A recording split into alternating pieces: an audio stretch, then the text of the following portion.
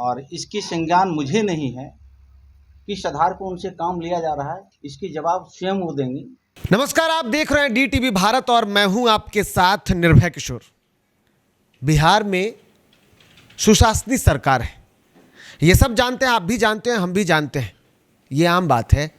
लेकिन सुशासनित सरकार पर अगर आप आरोप लगाएंगे तो शायद आप पर कार्रवाई भी हो सकती है, लेकिन ये कार्रवाई उन पर नहीं होती जो अधिकारी हैं।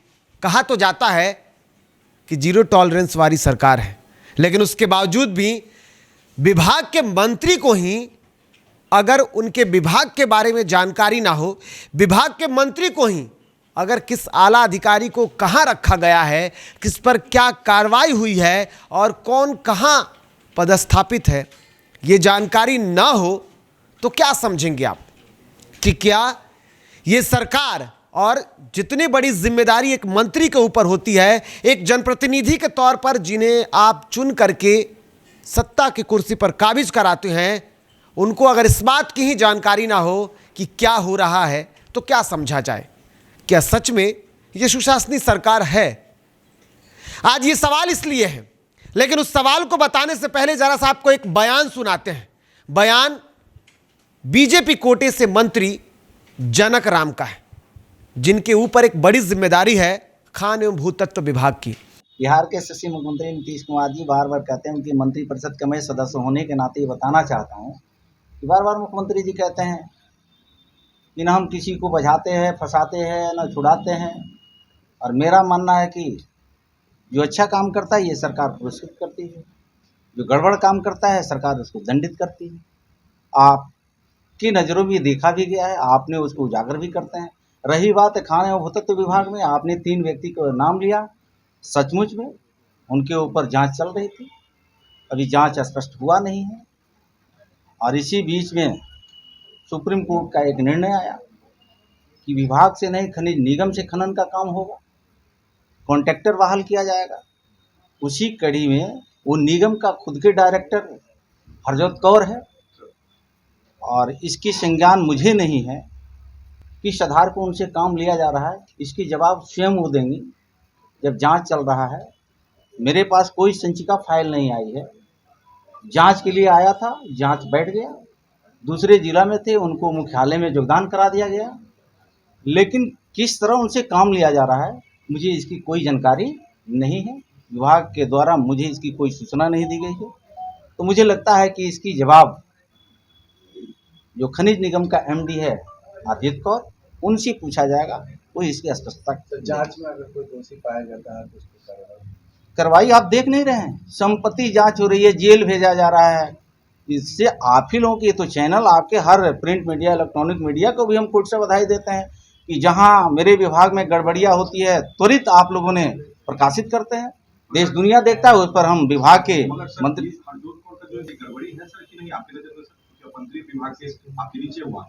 मुझे लगता है कि अभी तो मेरे संज्ञान में नहीं है, लगता है कि मेरे संज्ञान में बगैर दिए हुए है, तो उन्होंने ऐसा किया है तो नियम नियमावली से की होगी, तो इसका तो स्पष्टता उनको ही देना होगा। से अभी जांच चल रहा है, उनको फिर से पुष्टि कर देना।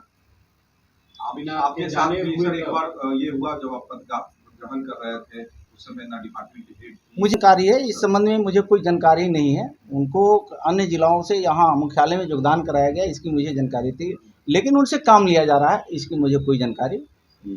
हो सकता है खनिज निगम के वो खुद के MD है, MD के माध्यम से काम खनिज करना है, खनन करना है, तो किस आधार पे उनसे काम लिया जा रहा है इसके बारे में कोई जानकारी मेरे सामने आएगा तो निश्चित रूप से संज्ञान। मैं क्या, बिहार का मुख्यमंत्री जी कोई अगर काम गड़बड़ करता है तो बर्दाश्त नहीं करता।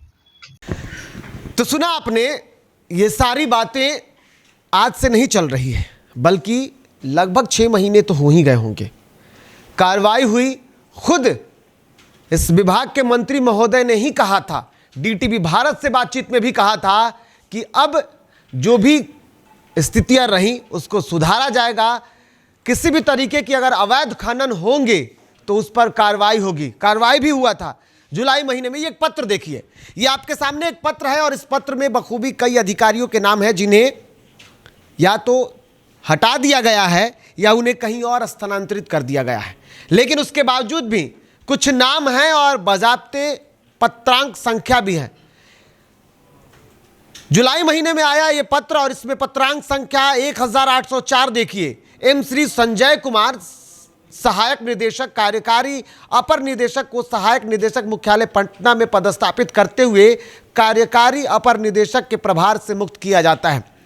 संजय कुमार ये वही अधिकारी हैं जिनके ऊपर जब बिहार सरकार ने जांच करवाया था, ईओयू ने जब जांच किया था तो खनन में, अवैध खनन की संलिप्तता में इन्हें पाया गया था। उसके बाद इनके ऊपर कार्रवाई हुई थी। दूसरे नाम को आप देख लीजिए। दूसरा नाम है पत्रांक संख्या 1805, नाम है सुरेंद्र प्रसाद सिन्हा। खनिज विकास पदाधिकारी को पटना मुख्यालय में पदस्थापित करते हुए सभी अतिरिक्त प्रभार से मुक्त किया गया। इनके ऊपर भी आरोप था संलिप्तता का। इसके अलावा पत्रांक संख्या 1806, 1807, 1808 सभी देखिए। ये लिस्ट देखेंगे तो कई अधिकारियों को इनके पद से हटाते हुए इन्हें पटना में रख दिया गया था, यानी कि पटना में इन्हें लाया गया था। लेकिन उसके बावजूद भी इन अधिकारियों पर फिर से जिम्मेदारी दी गई है। इन अधिकारियों पर कार्रवाई करने का भरोसा तो दिया गया था, लेकिन अब इनके ऊपर क्या कार्रवाई हुई और उससे भी बड़ी बात कि जो जिम्मेदारी दे दी गई है, उस जिम्मेदारियों को लेकर के खुद इस विभाग के जो मंत्री हैं जनक राम, उनको जानकारी नहीं है। वो कहते हैं कि अगर कुछ जानना है तो मुझसे क्यों पूछते हैं। ये सारी बातें आप प्रधान सचिव से पूछ लीजिए। जनक राम ये वही मंत्री हैं जो आज अपने सचिव पर, जो इस विभाग के सचिव हैं, उन पर आरोप लगा रहे थे। लेकिन जनक राम ने पहले ही दिन इसी सचिव पर आरोप लगाए थे। उन्होंने जातीयता को लेकर के आरोप लगाया था। इस विभाग की जो सचिव हैं वो नहीं पहुंची थी इनके स्वागत में, साहब नाराज हो गए थे और आज एक बार फिर से आरोप लगा दिया और कहते हैं कि अब उनसे पूछें। खैर, इस पूरे मामले को जरा समझ लीजिए आप।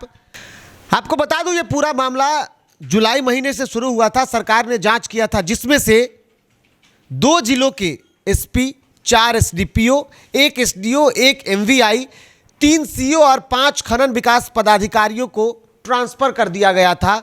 और ये बड़ा झटका लगा था इन सभी को जब मुख्यालय तलब कर दिया गया था। लेकिन उसके बावजूद भी इन अधिकारियों को बड़ी जिम्मेदारी दे दी गई। सरकार ने ऐसे तमाम अधिकारियों के खिलाफ जब जांच किया था तो कुछ लोग जो थे जो संलिप्त पाए गए थे और उसके बाद उन पर कार्रवाई का भरोसा दिया गया था।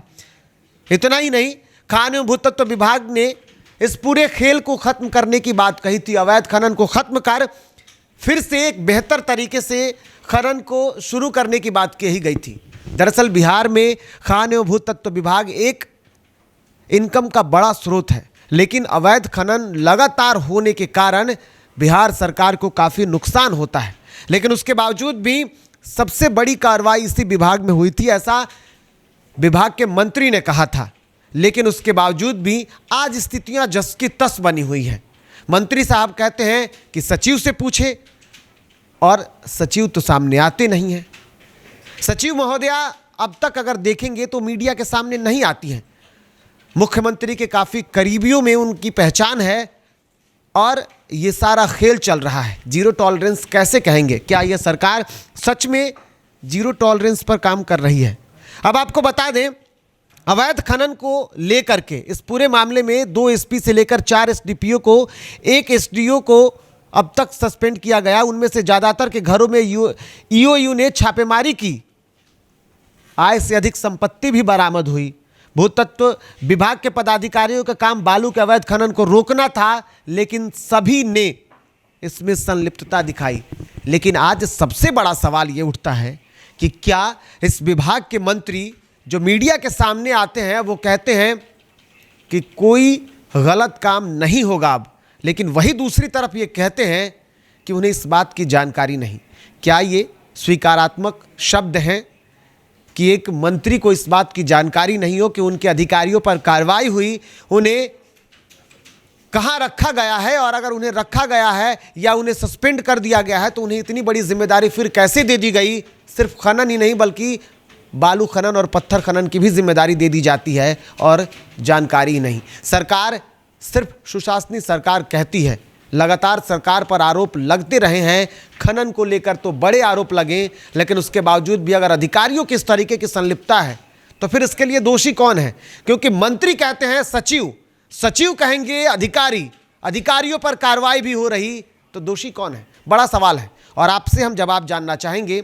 आपको क्या लगता है दोषी कौन है? अगर आप हमें YouTube पर देख रहे हैं तो आप कमेंट करके बताएं। इसके साथ साथ अगर आप हमें फेसबुक पर देख रहे हैं तो कमेंट करें और बताएं कि दोषी कौन है। क्या सरकार दोषी है, सिस्टम दोषी है, या सिर्फ कर्मचारी ही दोषी है, बाकी सब साफ है? फिलहाल इतना ही। नमस्कार।